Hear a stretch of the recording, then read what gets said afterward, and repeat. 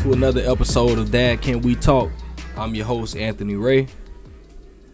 And today I got a special guest named Kenneth Skanes. One of my brothers, one of my good friends, one of the young brothers that's dear to my heart. We've been through many things together. And today we're going to get into some dad talk. But before that, I just want to give a shout out to all my supporters out there, man. Everyone that's been supporting the podcast. Today is the 10th episode, which marks the last episode of this season 1. So, after this episode, we're going to I'll go into a quick hiatus. I want to get a couple of things right, do some restructuring. I got a couple things that I'm working on, and just trying to get some things back into focus. At this current time, I'm still in school, and I just got a few things that I got to get back together. With all of this COVID-19 stuff going on, my kids not being in school, still having to be in school, still working full time. So there's a lot going on right now, so I just want to take a little time to sit back, recalibrate, get everything right. And season 2, when I tell y'all it's going to be fire, I'm coming with some real heat, man. I'm going to have some really good guests. It's going to be something that y'all will not want to miss. And I want to give another shout out to the women out there, man. One thing I do want to make sure that with this podcast, Dad Can We Talk is not about bashing mothers or making mothers feel like they're not worthy or they're not needed or anything of that sort. And I don't want anyone to ever feel that way or have that thought about this. We definitely appreciate the mothers, especially the good mothers out there that handle their business, that's taking care of their children, being there for their family and supporting their men also. Dad Can We Talk is about changing the narrative that's surrounded black fatherhood for so long, for years, for decades. Black fatherhood has been something that, when people see black fathers, they automatically put us in this category as absent or incapable or whatever the case may be. And this podcast is about changing that narrative and putting the spotlight and highlighting all of the good dads out here, especially the ones that I know. So now that I got that out of the way, let's get down to it, man. I got Kenneth Skanes here with me today. How you feeling, bro? Feeling good, man. Good Sunday. Good Sunday. Good Sunday. Man, I just kind of want you to talk about what was your relationship like with your dad? So, man, I didn't have a dad, so therefore it was my granddad. Yeah. But my granddaddy passed early, so therefore it was other mentors in my life. So it's my cousin D. He was like a pops to me. Also another guy named Bruce. He was a big brother, little brother program. He was a pops to me. Yeah. Even Twan dad. Yeah. Uncle Al. They were like pops to me. Everybody was mentors in my life. So I didn't have a dad, but everyone who filled that role, they made it seem like they were my dad, and it helped me a lot. Because I really didn't have no male type figure in my life. So once my granddaddy passed, it was just whoever was there. Yeah. It was all me. I want to ask, what was the story with your dad? With my dad, they say he passed right before I was born. Wow, okay. I was born in Louisiana, so I don't know if he was from Louisiana, but I was told he was Haitian. That's when my mom met him. Yeah. And it wasn't that long that she even stayed there. Right when she had me, she moved right back to Florida. So wow. Really don't know much about him. Yeah. I really don't. Yeah. And you say so your granddad raised you, and so how was that as far as how was that growing up knowing that you never really knew your dad? It Like, was. did it ever like bother you? Was it ever something that really just you feel like it affected you? I feel like it did, cause certain people I consider family. My friends, they had fathers, so Yeah. you had people coming to the games, just being there supporting them. I didn't have that. I felt like, why wasn't I blessed with that? But at the same time, I'm thankful for what I was having. I still had my granddad, my grandma. Really, I didn't even have my mom too. So at the same time, I was dealing with that too. So that was really taking over. Really missing my dad. Just trying to see my mom. That was really what it was about. You know, so dealing with that, it was just a lot. I'm not gonna lie, it was a lot. Yeah. A lot of times in the room, quiet. And as you met me, everybody else, I was always by myself. So quiet to myself. I ain't, it was a lot. But then again, I had to keep moving on because I also had a little sister that needed me in her life. So we had to stick together. Yeah, straight up. And she had her dad, and she also had mom too. So, but at the same time, we had to stick together. So I had other things to worry about than just focus on who was my dad and all that. So straight up. But in reality, I wish I had him. Yeah. Just having certain features, knowing certain things, growing up in life as you should, raising up as a boy. I wish I did have that. Yeah.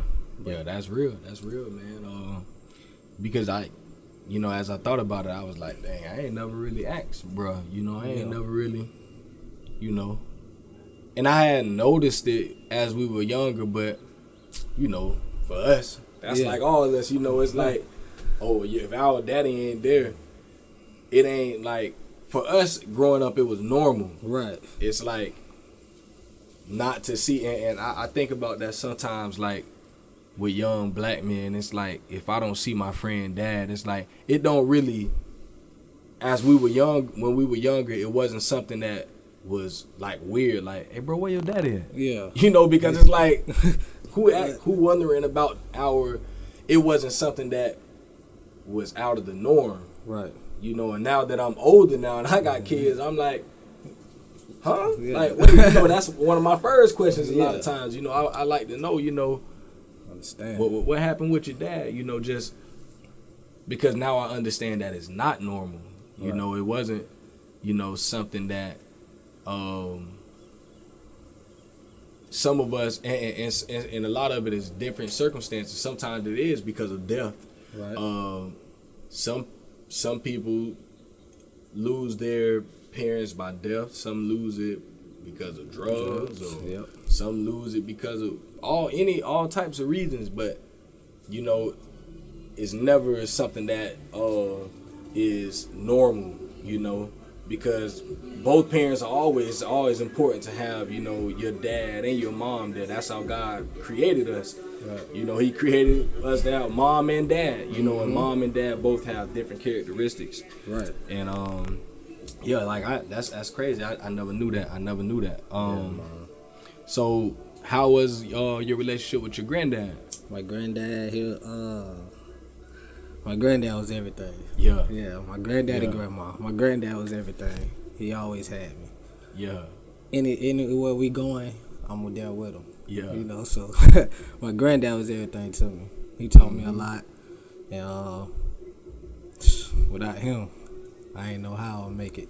But he taught me, if it was ever that day to come, always be strong. So I miss my granddaddy. Yeah. My granddaddy was crazy about me. I'm crazy about my granddaddy. Yeah. Like, wherever he at, I'm there. So even at church, just watching the game, watching them talk trash to each other, playing spades and stuff. It just, oh man, my granddaddy was everything. Yeah. So every day I was with my granddaddy.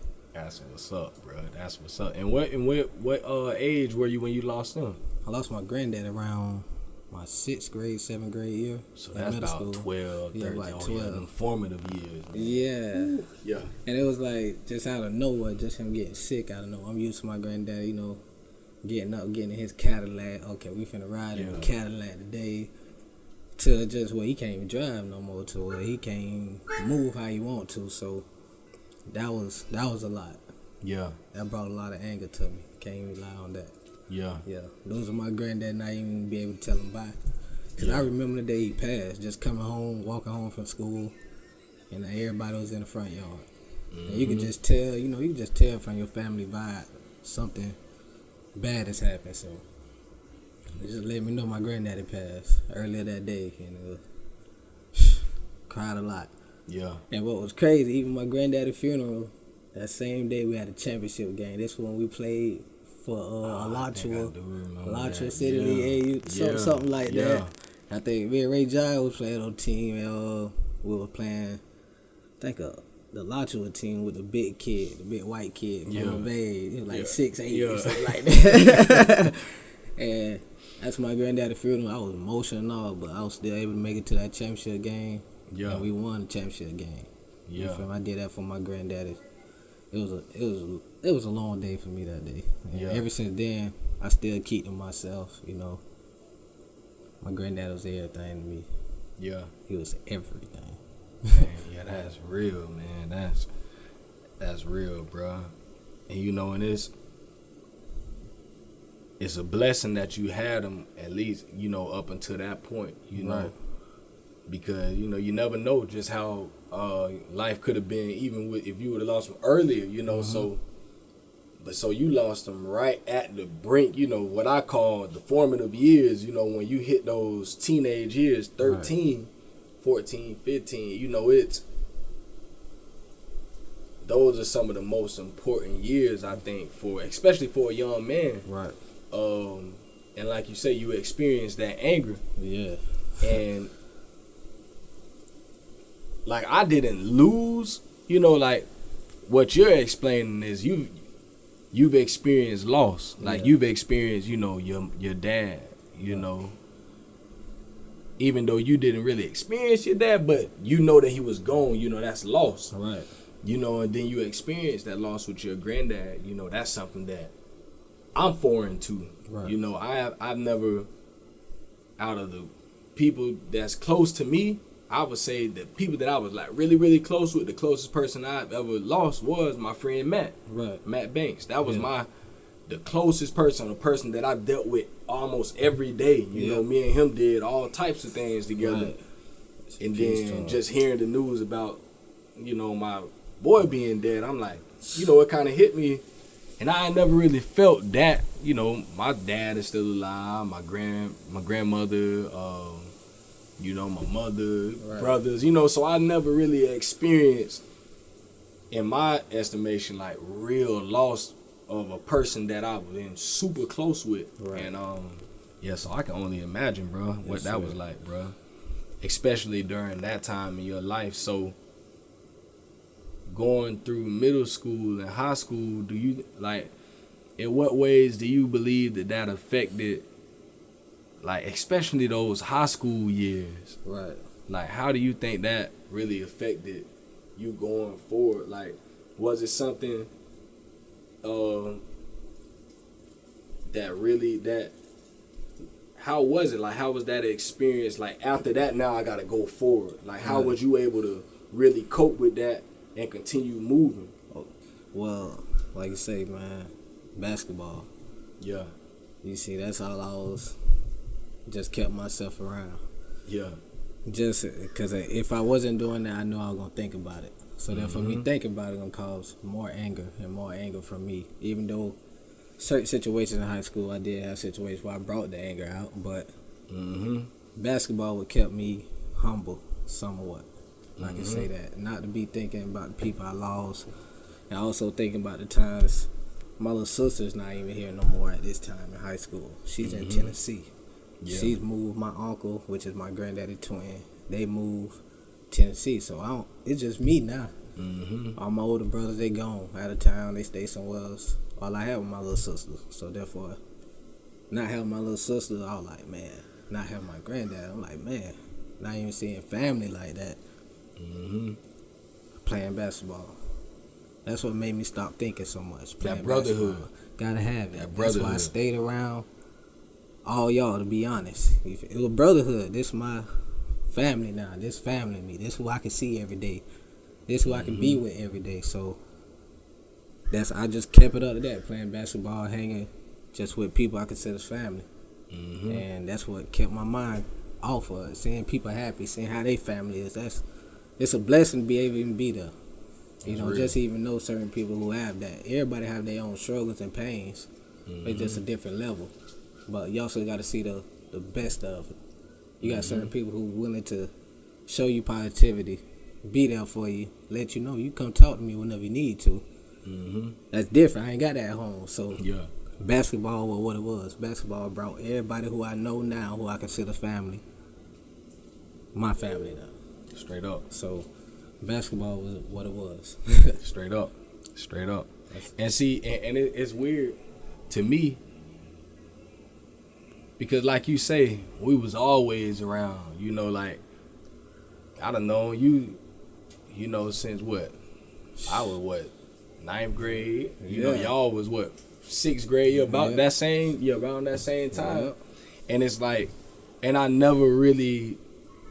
And this is something that really made me want to start this podcast because I started thinking, you know, like how as men we don't really talk like that. We ain't talking about no real issues and all that stuff. You know, because like we used to always be together, but it's like I never knew this stuff about you. You know, I never like it never crossed my mind. Gotcha. You know, like, man, I wonder what Kenny got going on. You know, I wonder. You know, like how he feeling right now. You know, that ain't something that we do. Like that ain't a normal thing, bro. And it's like now that I'm older, like I keep going back to that. I'm like, dang, like this man was really going through it at this time. But it's like, who would ever knew? No, right. You know, like who knew, man? That's bro. That's super real, man. That's real. So. During high school is when you had your first child. Yeah, my senior year of high school. Senior year of high school. So, your last year in high school, you ended up having a baby girl. Baby girl, Zion Nicole Skanes, January 26, 2011. Yeah. So that was, well, you were 17? 17. 17 years old. Yeah. Got your first child. What was that experience like? What was like the first thought you had when you was like, oh shoot, I'm finna have a baby? Crazy, man. It's crazy. I remember when I got the call. Me, Twan, I think Trayvon. We was at Trayvon's house. Yeah. Just sitting outside. I think it's on a Saturday. Just chilling. Get a call. Yeah, she's pregnant. She said she's pregnant. I'm like, you sure? You know, just make sure, cause you sure it. I don't know, but but you know, found out she was pregnant. She was. So that whole transition, it was like, what I'm gonna do? Yeah. Like, what am I gonna do? Like, how I'm gonna tell my aunt, my aunt Linda, but I call her mom. So that was hard to even try to tell her that. Yeah. You feel? Everybody else knows, my homies, but she don't know. So I was just like, man. So I finally got it out. You know, she was shocked, but the whole time in my head, I'm just saying how I'm gonna prepare myself for this child. Still in high school. Yeah. You feel? At the time, girlfriend, she was working. I'm not working. You know, I'm still on basketball. Okay, I'm trying to go to college to do this. Yeah. I had to find time to learn how to be, I wouldn't say a father, but to know how to handle a baby. Yeah. And also handle this transition being with this woman that's having a baby. Because just knowing someone that I knew in middle school, she had a baby and she passed away.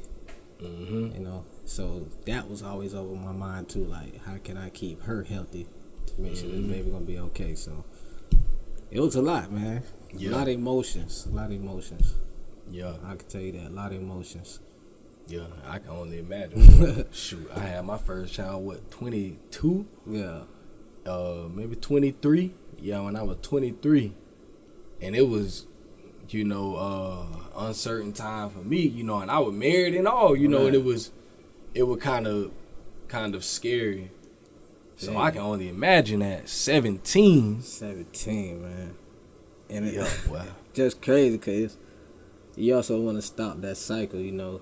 Mom had a child at a young age, so I was trying not to be that, but it happened. But Yeah. like I said, I learned a lot. That's a patience. You gonna learn a lot of patience. Yeah. That's real. A lot of patience. It definitely comes responsibility. You know, I remember going. Can't remember the teacher's name, but it was like a little class for nurturing. Oh yeah, I remember that class. Yeah, I know what you're talking about. I Yeah. went in after class, after school, asked her how to put on Pampers, how to hold a baby, how to feed the baby. I was doing that myself, not telling nobody. You know, that's something I got to do myself because it's me who having the baby, just me and her. So it was a lot. It was a lot of emotions. You can ask them. Most of my emotions, they seen it. Yeah. But at the same time, it's a blessing. You know, can't say it for it being bad, even though having a child at a young age, but it's a blessing. Mm-hmm. You feel me? It mature you very quick. Yeah.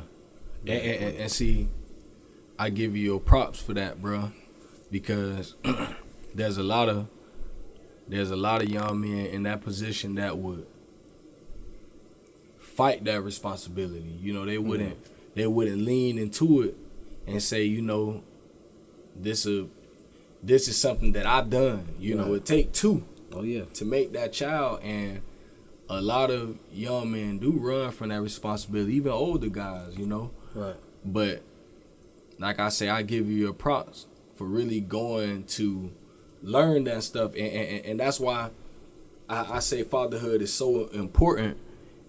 And even for people that don't have their dads, it's always important to have some sort of male role model, right? Because like you say, you had to go to the people at the school, right, to learn these things, you know. Because like, how else would you know? You know, I mean, except by experience, you would just go through it. But it's good that you had someone at the school that could help you learn very important things, diapers and feeding the baby and holding the baby.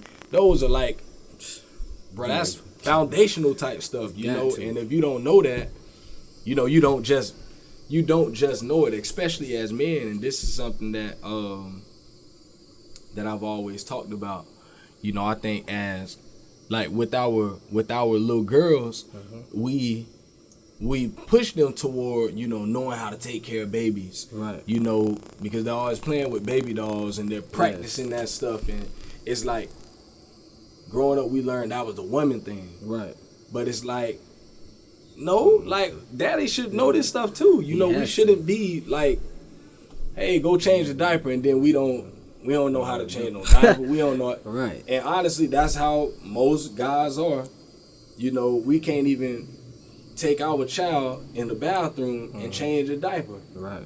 You know, and my thing for years, man, I've been saying, you know, I think we got to teach our young boys too. You know, our young boys should get that practice, knowing how to take care of a child, because at some point in their life, you know, God willing, they'll be a father one day too. Right. And it would only be beneficial to them when they get with another young woman that they know how to take care of their business as well as the woman does, you know. Yeah. And, you know, and that was another thing that got me started with this stuff, because people would always see me, you know, changing my kids' diapers, and, you know, if I'm out with my kids, I got the backpack, I got the milk, all that, you know, and I'm fixing bottles in the middle of, you know, we out in public, you know, I'm talking with my boys and I'm fixing bottles. Got to. In the middle of conversation, and people like, man, that's what's up. I'm like, bro, this is what what else am I supposed to do? Like, call my wife, like, hey, babe, can you come fix the bottle? Like, nah. No. Like, man, you go do what you gonna do. I got this, baby. Right. Like, I don't need you here to babysit me. Like, I'm a grown man. You know, this is my child. Oh, for real. And for people to look at that stuff, you know, especially when I had my first child, and they would see me doing that stuff, it was like amazing to them. Like, you're such a great dad. You're such an amazing dad. And it's like, I appreciate it. Right. You know, but it's like, this ain't no amazing thing, though. This like, what I'm supposed to do is normal. Like, it's a normal thing. Like, I changed my baby diaper, and you clapping. Like, what kind of crap is that? But I feel like people don't really do that toward white men. Right. You know, and white dads, because they look at it like, oh, that's what they do. But when it comes to black men, it's like, I don't know, that's a fight that sometimes it blow me away, man. And that's why I say, man, like I really I give you your props, bro, because you went and did what you needed to do to get yourself prepared for that child, because, you know, especially knowing your story, like you ain't have nobody there for you to really teach you that stuff and do that with you. And man, yeah, that's real, bro. Appreciate it. That's real. I want to go here. So wait, that next year, did you have another child like right after that, right? Freshman year of college. So that next year, you have another one. January 7, 2012. Zanaya Leilani Skanes. Yeah, I had another girl. Back to back. So what was that like? Man. What I got myself into now. Yeah. But then again, she gonna be here, so yeah, gotta do what I gotta do. Straight up. Always gotta do what I gotta do. I remember Ron always telling me, you know, you gotta stand in the paint. Straight up. And take them charges. But you always gotta get back up. Straight up. That always stick to me. No matter what I was going through, you know, in transitioning from, okay, I'm in college to, I'm leaving college now. I'm coming back home. I gotta work. It's a must. Yeah. And at that time, not even having a full-time job or a part-time job, I'm doing labor ready. Yeah. Right there by Martin Luther King Center. Yeah. 5 o'clock every morning, I'm there. Whatever job it is, I gotta do. Trying to get it. Gotta get it. I got kids. Straight up. And at that time, we're a family. So at that time, I gotta prove myself to this woman that I can be there for these kids and for herself. Mm-hmm. And you know, that was just hard. Just trying to get to know each other and be a family at this young age is kind of hard. Mm-hmm. Real hard. Very hard. Very. So it was tough. Like I say, if I can give any young person advice, just wait. Yeah. Don't try to be grown, young, all this type. Nah. Straight up. You gotta learn your responsibility, know what it's gonna be in life after school. Because not everybody going to college or finish college. There's other things that's out here than just college. You got the certificates and trades, but as we base up on, we need to go to school. Like, you need to get your degree, but it's kind of hard when you got 2 little girls. Alright. You know, at the same time, dealing with just being back home at my mom's place, stuff like that, it's hard. It's difficult. Yeah. You know, not having the freedom that you want, what every other young person at that time, 19, 20 years old, could just do on their free time. Yeah. So that wasn't the way I could do it. So that was hard. But I was also blessed with, you know, her being so supportive. She a strong woman. She a great mother. I can tell you that off her. She a great mother. Just being so strong and dealing with everything she had going on, also what we had going on too. So, like I say, it was hard. 2 little girls, but you know, I was blessed with people who didn't care if I had kids. Bro, you got your kids, you know? Oh, bro, bring them over. We can have fun. Yeah, we go to the mall together.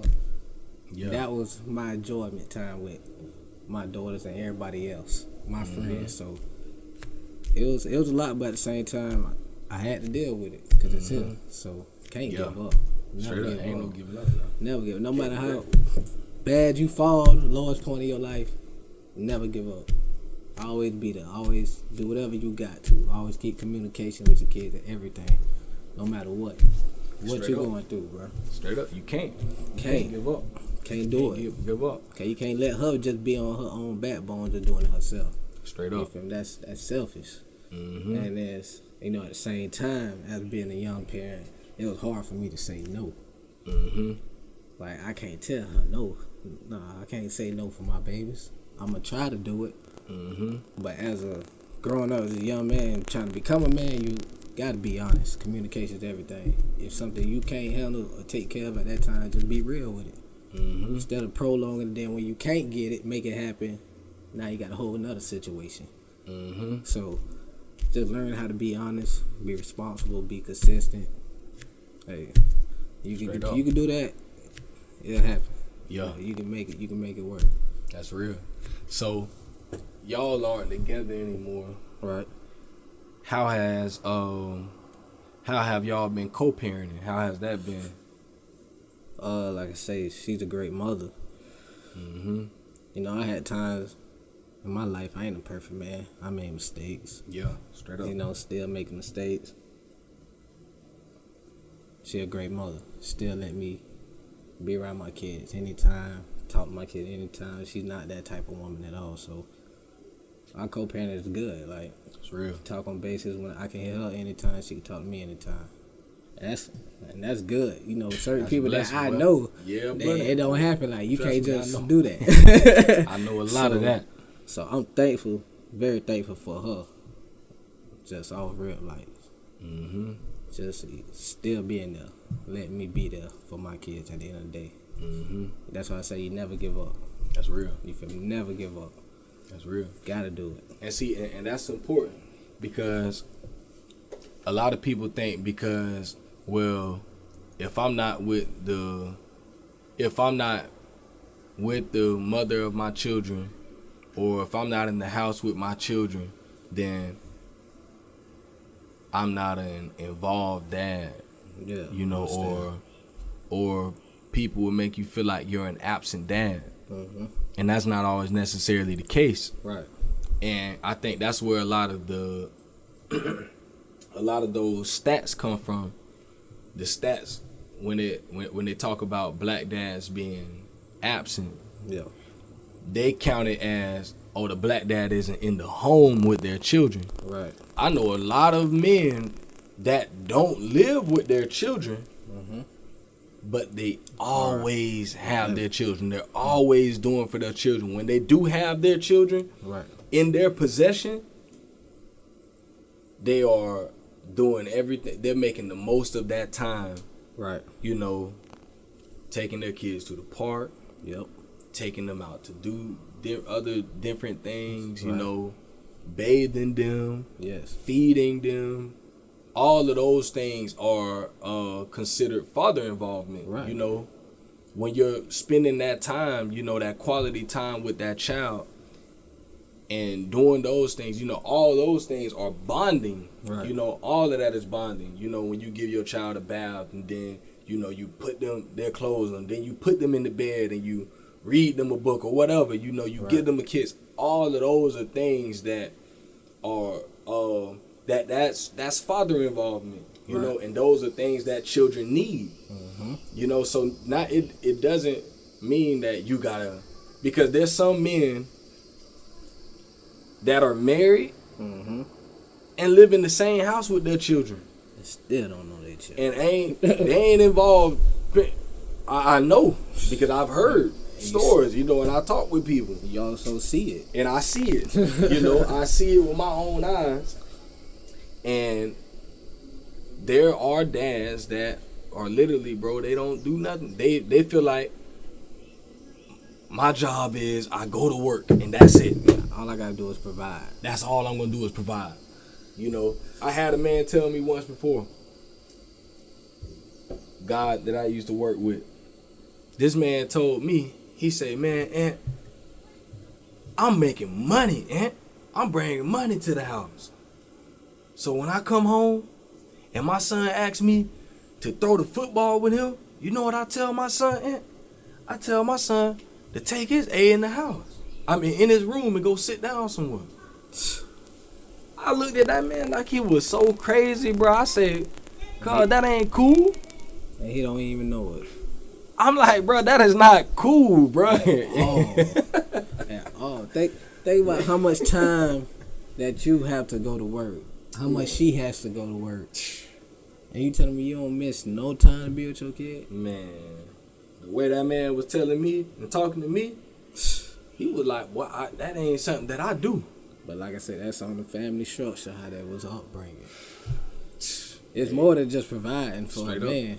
Straight up. Definitely, if you got a family, you got people who depend on you. And they ain't Straight just up. them. You got people outside of that. So, Yeah. people like that, that's just crazy because it's certain people like me who wish you had a father. and wish they had that time. Then you are a father, and you don't even want to put time in. Like, that's crazy.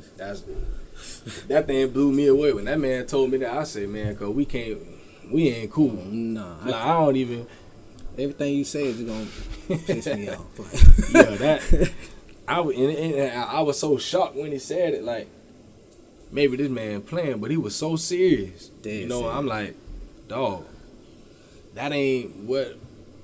And he was like a supervisor on the job, so he was trying to convince me this and that, and I'm just like telling him, you know, I got other things that I have going on that I'm not willing to give up my time for certain things. Like, even when it comes to money, like, I'm not gonna let money be something that rules over me, right, and override my whole purpose my of whole life. Yeah, like, I'm not gonna be moved by that. Right. You know, of course you need money, you got to take care of your family, but I'm Right. like, I just believe God gonna provide for me either way. Right. He gonna make a way for me, and he gonna make sure we good.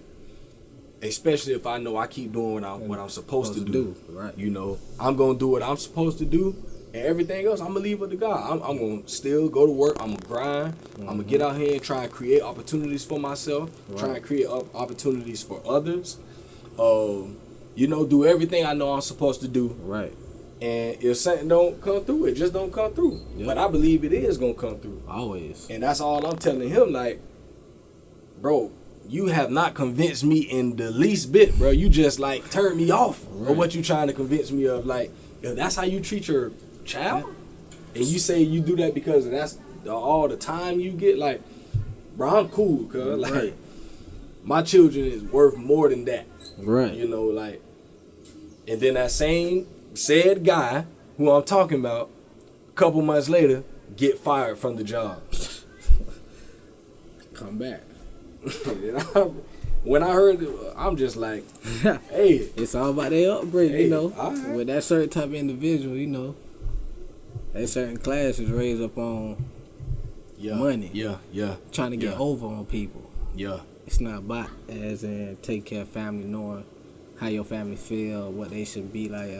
They don't care about that. They just worry about the next dollar. How can I give on somebody that I can make some money? That's real. That's all. That ain't real. what it's about at all. That's real. That's real. I'm gonna ask you this, man. Do you have any regrets about anything in your life? Like, do you have any? If you had any decisions that you could take back, would you take back anything? Like, how do you feel about that? I would say, I wouldn't say I regret anything, cause you learn from your mistakes. Straight up. That's if you learn from them. You have to learn from them. But my biggest thing was a burden in me. Like, why my mom wasn't there? Why didn't I have a dad? Why my little sister had to move? Certain stuff like that. Why people had to die in my life. So that was my biggest burden. And holding on to that, having that girl that used to kill me. You feel me? And I recently just got that off me. Recently. And I'm finna be 27 years old. Yeah. So that was my biggest real regret, taking so long to not forgive. That was my biggest regret. And I had to. And certain mistakes in my life made me realize if my daughters can accept that I made a mistake and forgive me for doing that, why can't I forgive my mother and people like that in my life? That's real. And I got kids who look like me.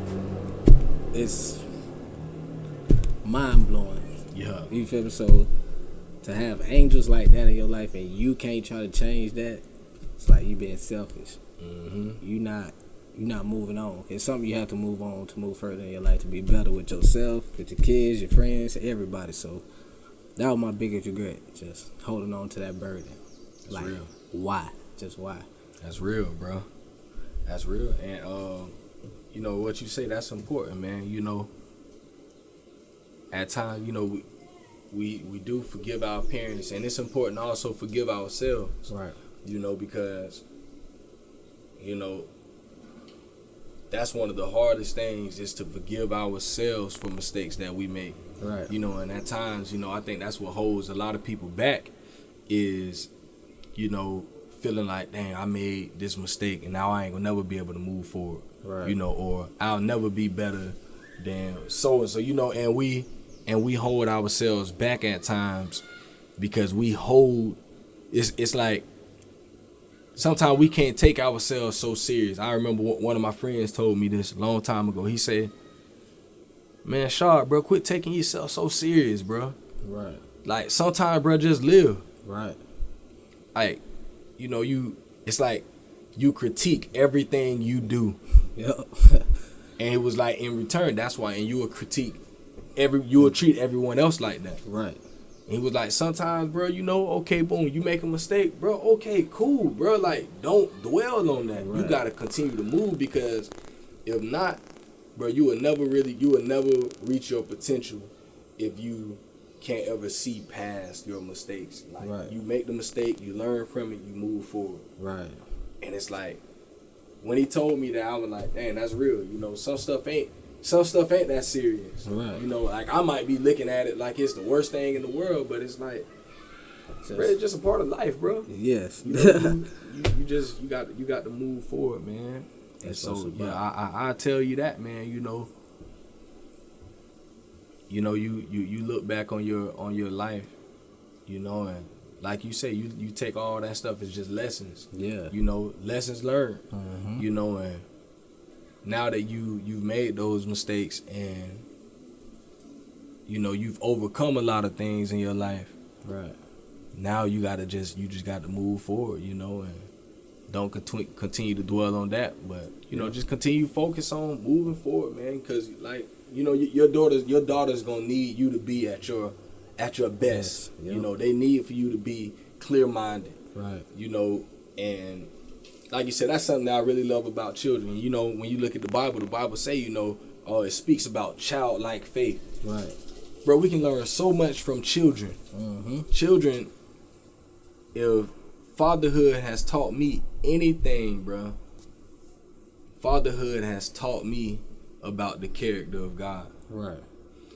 Because when I look at my children are some of the most forgiving creatures, bro, I'm like, you know, bro, you could be wrong as ever, fussing your kids out all night, bro. Put them jokers in the bed. Yep. But that next morning, what you think your kid, bro, they don't be thinking about that. No. But they wake up the next morning. Daddy, I miss you. I love you. Bro, it's like, wow, I was just on your behind last night. Man, you gave me so much love. Like, that ain't never happened. Man, for real, bro. You know, or I might not, you know, I go to work. By the time I get home from work that next day, I come in the house, pull my kids act like they ain't never seen me in their life.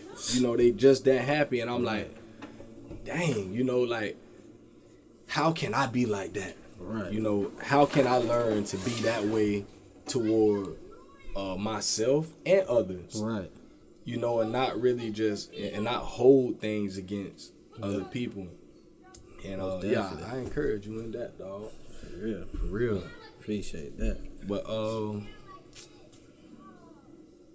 what's your most proud moment as a dad? That's still going. Yeah. Every time I see my babies, that's my proudest moment. Just seeing them run to me, screaming, "Daddy!" Yeah. Jumping on me. That's the most precious thing in the world to me to see. Yeah. You feel me? Ain't nothing can beat that. Wishing I could do that, but I got 2 little girls that's coming to me, showing me all the love in the world. Letting me know they love me, letting me know they miss me, talking to me. That's the best feeling to see a kid and they run up to you. Yeah. That's the best feeling. So Straight up. I can say seeing my kids. Yeah. Always, that's the best feeling ever. You still there. Still You there. still there, bro. No matter what I'm going through, even if I'm out of town, searches where I had to stay out of town just to try to work and make more, you know, so still making time for my kids no matter what. Gotta see them. That's real. Got to. That's real. So my last question, man, would be this: what advice would you give to a younger you? Ooh. Younger me. Think more. Plan